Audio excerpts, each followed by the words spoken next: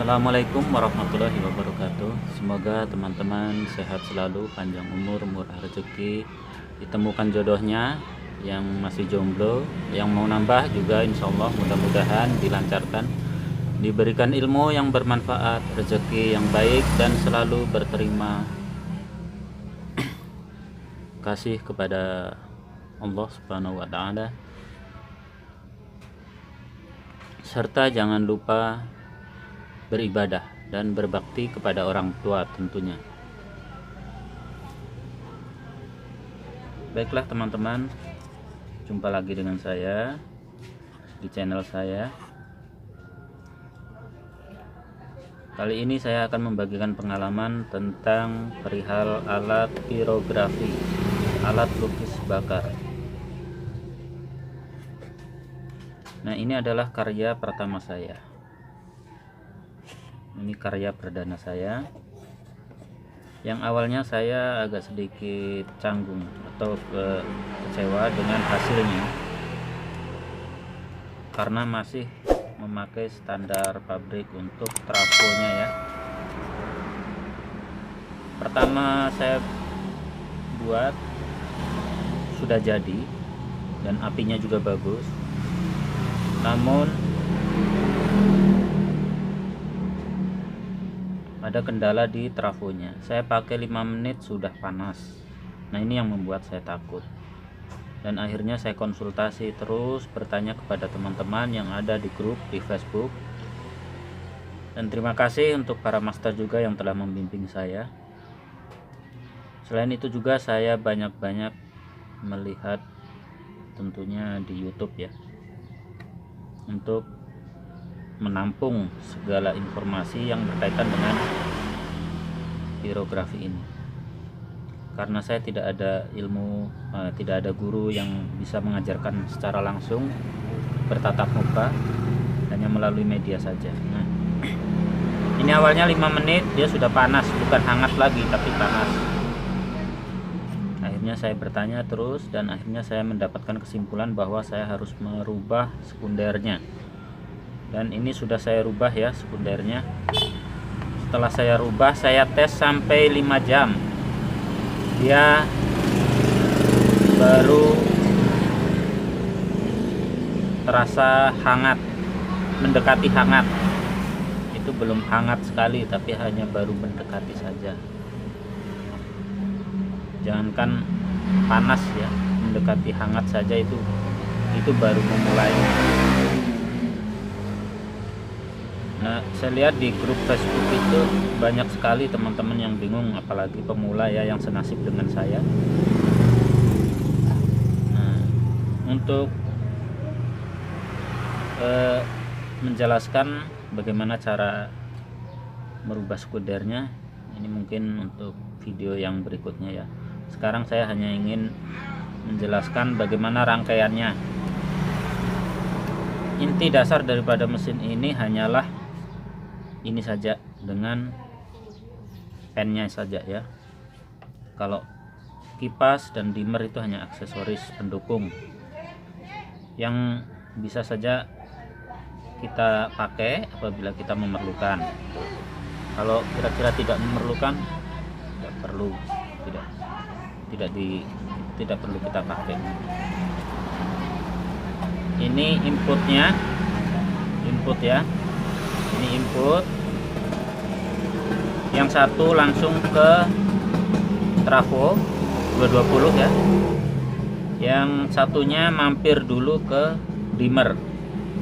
Nah, di input dimmer ini dan di outputnya langsung masuk ke yang ini. Ini yang langsung, terus ini yang mampir dulu ke dimmer. Nah, ini. Nah, terus masuk ke yang sini ya. Nah, terus ini outputnya yang langsung ke pen gitu. Nah, untuk kipasnya sendiri saya tidak mengikut di output sini ya, karena saya tidak mau. Sudah saya tes ketika dimmer dinyalakan, tegangannya dikuatkan begini, itu kipasnya baru dia ikut menguat putarannya. Nah itu yang saya tidak mau. Saya maunya itu ketika dicok kipas langsung jalan. Nah akhirnya saya pisahkan dengan ini, kipasnya ada di bawah sini tuh saudara-saudara, ini 5 volt. Nah kipasnya saya pakai adaptor pengecas HP. Ini pengecas HP langsung ke kabel PLN ya. Jadi begitu dicok nih, dia kipas langsung jalan. Ini kita cok, bisa dilihat teman-teman menyala itu. Nah ini sudah ada angin ini. Ini saya pakai sistem meniup. Nah tuh, oke bisa dilihat. Nah begitu. Nah jadi langsung, walaupun belum dinyalakan trafonya, tapi kipasnya sudah berputar, dia sudah berfungsi, dia sudah bekerja. Nah itu yang saya mau. Nah ketika ini dimatikan, apabila kita memakai sampai dia hangat, dalam posisi ini masih tercok ya, terhubung dengan listrik, maka kipas itu masih bekerja untuk mendinginkan ini, walaupun ini sudah berhenti bekerja. Nah,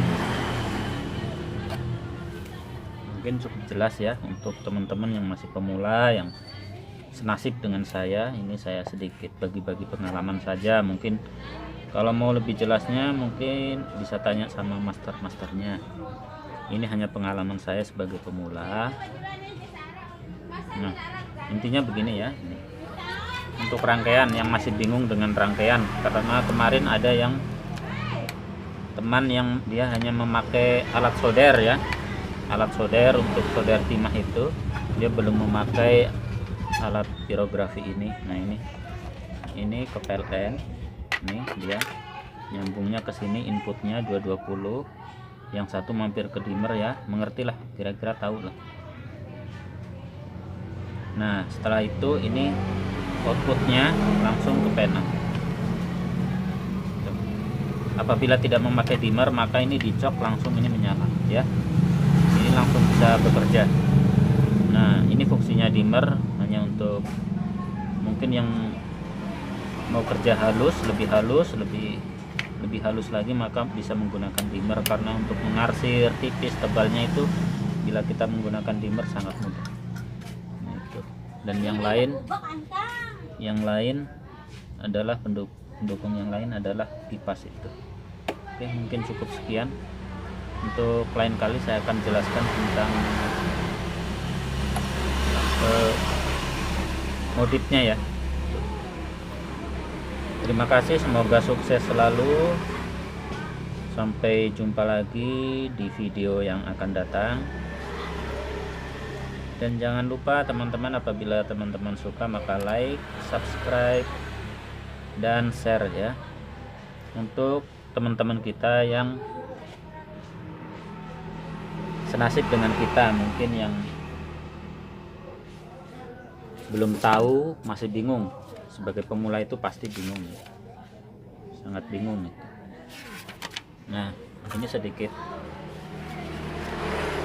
sedikit gambaran ya. Ya ini anggap saja ini cok PLN. Nah ini anggap saja saklar, terus ini dimmer.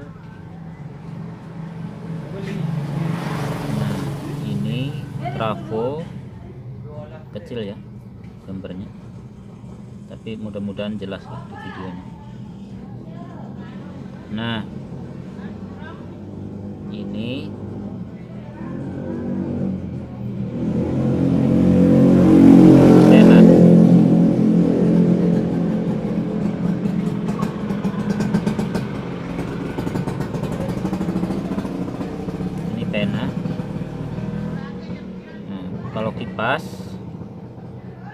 diambil dari sini ya,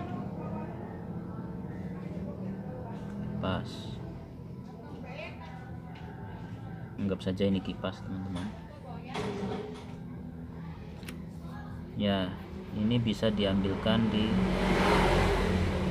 sini dan di sini ya, begitu aja. Kalau mau ikut cara saya pakai pengecas HP, nanti masuknya di sini ya, masuknya di sebelum saklar begini. Ini pengecas HP ya, anggap saja ini pengecas HP, dia masuknya ke sini. Nah, terus ini kipas, ini kipas, begitu aja. Bisa dipahami? Cok, saklar, dimmer, trafo, pena, kipas.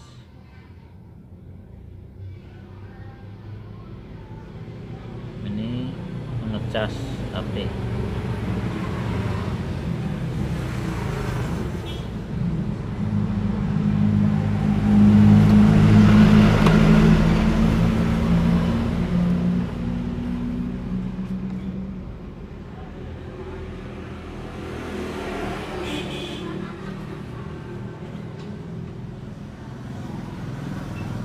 Cok ke saklar, terus ke dimmer, trafo, terus ke pen. Nah, kalau kipasnya ingin ikut trafo, maka ikutnya di pen. Dia sama dengan pen ini ya. Kalau ingin terpisah, maka kita gunakan pengecas HP. Ini pengecas HP, terus ke kipas. Dia masuknya sebelum saklar, supaya ketika ini dicok ke PLN, kipas sudah langsung jalan gitu. Nah, kalau memakai ini berarti enggak di sini ya, ini tidak dipakai. Kalau memakai ini, memakai di sini, memakai ikut trafo, maka ini tidak pakai. Jadi teman-teman bisa pilih salah satunya. Oke, cukup sekian. Semoga bermanfaat. Kita tes dulu.